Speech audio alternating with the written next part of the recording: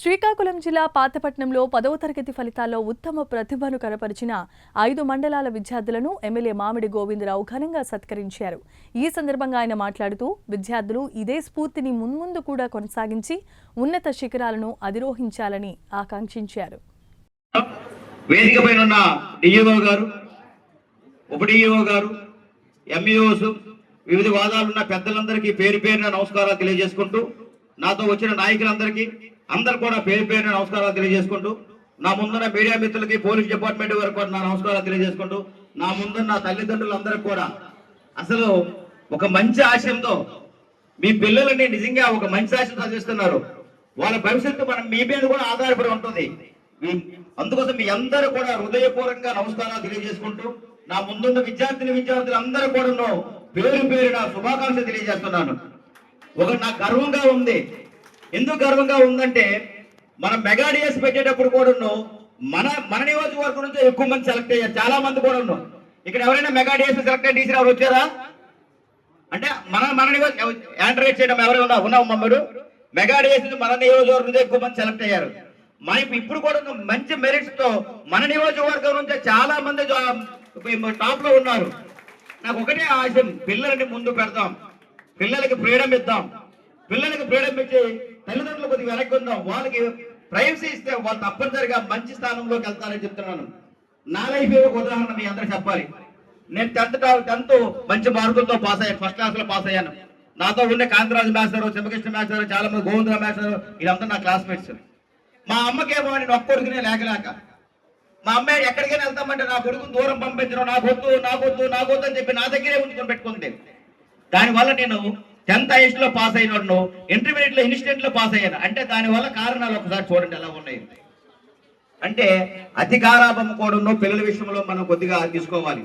మన ప్రభుత్వం ఏం చెప్తుందంటే, ఏదైతే గవర్నమెంట్ స్కూల్లో ఉన్నారో పిల్లలందరూ కూడా అన్ని ఫెసిలిటీస్ కల్పించే మన గౌరవ విద్యాశాఖ మంత్రి వర్యులు తన కొడుకు కోసం ఆలోచిస్తారో లేదో నాకు తెలియదు, కానీ మన ఆంధ్రప్రదేశ్ పిల్లల భవిష్యత్తు కోసం మాత్రం, విద్యార్థుల కోసం మాత్రం ఆయన రాత్రాపగలు ఆలోచిస్తున్నారు. ఎమ్మెల్యేలను కూడా పిలిచి మీకు ఒక విషయం చెప్పాలి. మొన్న ఫస్ట్ ఇయర్ లో, లాస్ట్ ఇయర్ లో 2024-25 ఇయర్ లో మా పిలిచి ఈ బ్యాగ్ ని ఒకసారి తెంపండి అన్నారు. మేషర్ ఈ బ్యాగ్ ని ఒకసారి తెంపండి అని మాకు ఇచ్చారు. పిల్లలకి ఇచ్చిన బ్యాగ్ ని మేము లాగాం. మొత్తం 10 మంది ఎమ్మెల్యేలు లాగారు. అది తగలే. పిల్లలకి బొమ్మకి డ్రెస్సులు వేసి ఆ డ్రెస్సుల దగ్గర తీసుకెళ్లి విద్యాశాఖ మంత్రి ఈ బొమ్మకి ఈ డ్రెస్సులు ఎలా ఉన్నాయి చూడండి అని చెప్పారు. అది కూడా చేసి మేము అడిగించాం. చాలా బాగున్నాయి. పిల్లలకి మామూలు బియ్యం బాగుండడం లేదు, సన్న బియ్యంతో భోజనం పెట్టాలని ఒక ఆలోచనతో వచ్చిన విద్యాశాఖ మంత్రి ఎవరైనా ఉన్నారో ఒకసారి మీరు ఆలోచించండి. వాళ్ళ ఫుడ్ విషయంలో కానీ వాళ్ళకి జరుగుతున్న మెయిన్ ఇంపార్టెంట్ ఆర్ఓ వాటర్. మనం ఇంట్లో ఆర్ఓ వాటర్ తాగుతాం, ప్రైవేట్ స్కూల్లో, గవర్నమెంట్ స్కూల్లో కూడా ఆర్ఓ వాటర్ మనం తాగుతున్నామా లేదా చెప్పండి. అంటే ఇన్ని ఫెసిలిటీస్ కల్పించిన ప్రభుత్వం ఏదైనా ఉందంటే అది ఎన్డీఏ కూటమి ప్రభుత్వం. మెయిన్ ఇంపార్టెంట్ లోకేష్ గారు మరీ కోరి ఆయన నిజంగా ఆయన చేతులెత్తి నమస్కారం మనం అందరం పెట్టాలి. ఎందుకంటే పిల్లలు బాగుండాలండి.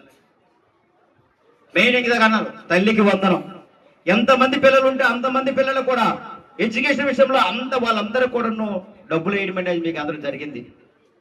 విద్య విషయంలో మాత్రం ఎవరు వెనుకబడకూడదు. మమ్మల్ని కూడా మినిమం వారం ఒక స్కూల్కి వెళ్ళి చెకింగ్ చేయండి, అక్కడ క్వాలిటీ ఎలా ఉంది, పరిసరాల ప్రభావాలు ఎలా ఉన్నాయి, మొత్తం అంతా ఎలా ఉన్నాయి, అక్కడ విద్యా విధానం ఎలా ఉందని పంపించడం అనేది జరిగింది. అంటే ఒక్కసారి మీకోసం ప్రభుత్వం ఏం ఆలోచిస్తుందో ఒక్కసారి మీరు ఆలోచించండి. మనకు దూరపు కొండల నలుపు, నేను ఏ విద్యా సంస్థల గురించి మాట్లాడను, దూరపు కొండల నలుపు అంతే.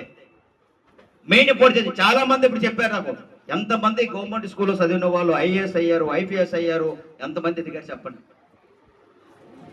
నేను గవర్నమెంట్ స్కూల్లో చదివాను, నేను గవర్నమెంట్ కాలేజీలో చదివాను, తర్వాత నేను గవర్నమెంట్ డిగ్రీ కాలేజ్కే వెళ్ళాను. మరి మీ ముందు నేను ఒక శాసనసభ్యుడిగా మీ ముందు నేను ఉన్నాను కదా. మీకు ఒక్క విషయం నేను హామీస్తున్నాను, మీ అందరూ కూడా చెప్తున్నాను, ఎవరైతే దయచేసి మీ పిల్లలు కానీ మీ ఫ్రెండ్స్ కానీ 10th క్లాస్ పాస్ అయ్యి పేరెంట్స్ మనకి ఇక్కడ నుంచి ఆర్థికంగా లేదు ఇక్కడ ఆపేద్దామని ఎవరైనా మీ దృష్టికి వస్తే నా దగ్గరికి తీసుకొని నాకు ఇన్ఫర్మేషన్ పాస్ చేయండి.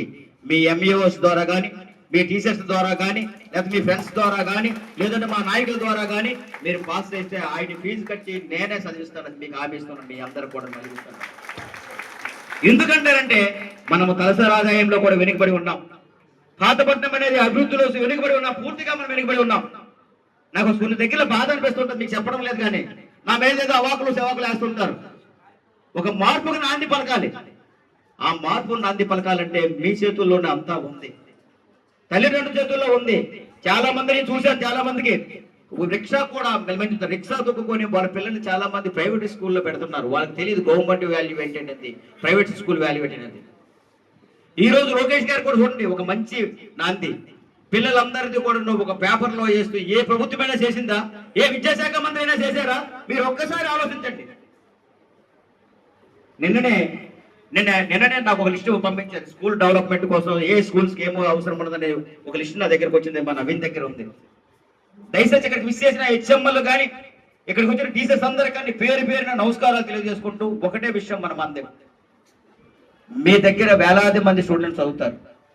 ఇక్కడికి వచ్చిన టీచర్స్కి ఎవరికీ స్వార్థం ఉండదు, అది నాకు తెలుసు, నేను అనుభవించగలను, చూసాను, ప్రాక్టికల్ గా నేను చూశాను. ఏంటని మీరు అంటారా? ఒక్కసారి మీరు ఆలోచించండి. తన దగ్గర తన పిల్లలను కూడా కాదనుకుంటా తన దగ్గర చదివిన ప్రతి స్టూడెంట్ కూడా బాగుండాలని కోరుకున్న వ్యక్తి, ఏకైక వ్యక్తి ఒక టీచర్, మీ క్లాస్ టీచర్ అని మీ అందరూ తెలియజేస్తున్నాను. అది మీరు ఒకసారి బ్యాక్కి వెళ్ళండి. నాలాంటి రాజకీయ నాయకుడు వచ్చాడు అనుకోండి, ఏం చెప్తారు? నా కొడుకు నేను ఎమ్మెల్యే అయిపోవాలా, నా కొడుకు ఎమ్మెల్యే అయిపోవాలా, వాడి కొడుకు ఎమ్మెల్యే అయిపోవాలా. అది మా స్వార్థం. కానీ ఒరిజినల్ గా టీచర్ మాత్రం నిస్వార్థంగా తన దగ్గర చదివిన ప్రతి ఒక్కరు కూడా ఒక ఐఏఎస్ ఐపీఎస్ అవ్వాలి, ఒక మంచి స్థానంలో ఉండాలని గర్వంగా చెప్పుకున్న వ్యక్తి ఎవరైనా ఉన్నారంటే అది ఒక టీచర్ అని మీ అందరికీ తెలియజేస్తున్నాను. అలాంటి ఉన్నతమైన స్థానం